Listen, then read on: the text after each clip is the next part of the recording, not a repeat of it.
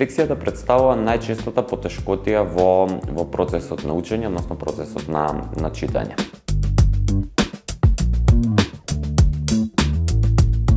Важно е да се напомене дека некаде 10 до 15% од светската популација се соочува со оваа состојба, истото се случува и кај нас. Меѓутоа, за разлика од голем дел од современите држави, во нашата држава оваа состојба се уште не е доволно препознаена од страна на образовниот кадар и исто така и од страна на родителите, така што голем дел од децата остануваат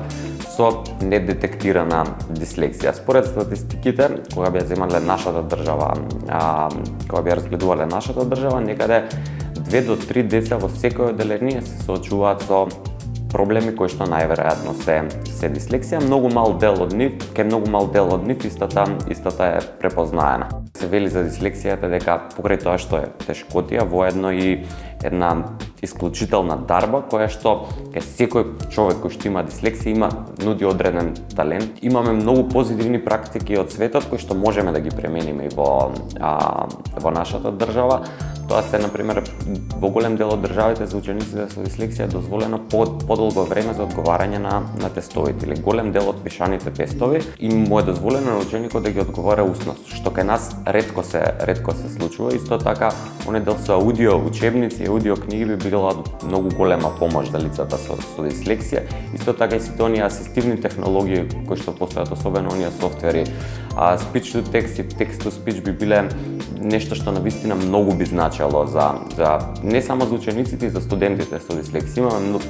Во последно време се случуваат и кај нас доста позитивни практики, особено од филозофскиот факултет, кои што гледаат својата програма да ја прилагодат за полесно учење на студентите со дислексија. Се надевам дека се тоа ќе премине во пракса и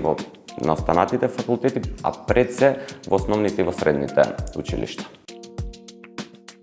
Со поддршка на USAID се изработи првото истражување за стапеноста на знаците на дислексија помеѓу средношколската популација, што за нас како организација беше една навистина голема одскочна даска, затоа што за прв пат добивме истражување и докажавме колку дислексијата е застапена на територијата на нашата држава. Се изработи веб платформата Инфоцид за дислексија, кој што представуваше информативен канал, каде што секој оној кој што сака да дознае нешто повеќе, не само за дислексијата, туку и за останатите специфични тешкоти во учењето, може да се информира, да добие алатки и техники како да ги надмине оние основни дислексични проблеми, за да може да напредува понатаму во животот. Исто така, во рамки на самата платформа беше креиран и првиот македонски тест за самопроценка на дислексијата, каде што, колку што се сеќавам на податоците, некаде над 16.000 корисници го превземаа тестот. Покрај тоа што Сдруженијето како главна цел има подигнувањето на јавната свест за дислексија, воедно и на некој начин ресурсен центар за поддршка на родителите и пред се на децата кои што имаат дислексија. Во рамки на Сдруженијето функционира и едукативниот центар Ајнштајн, каде што секојдневно доаѓаат деца со проблеми, дали со дислексија или дискалкулија или ADHD, и покрај сите оние пречки со кои што се соочуваме во нашата работа, дали тоа се работи од институционално ниво или пречки во самиот образовен систем, кога ќе видите оние деца кои што биле тука дека успеваат во животот и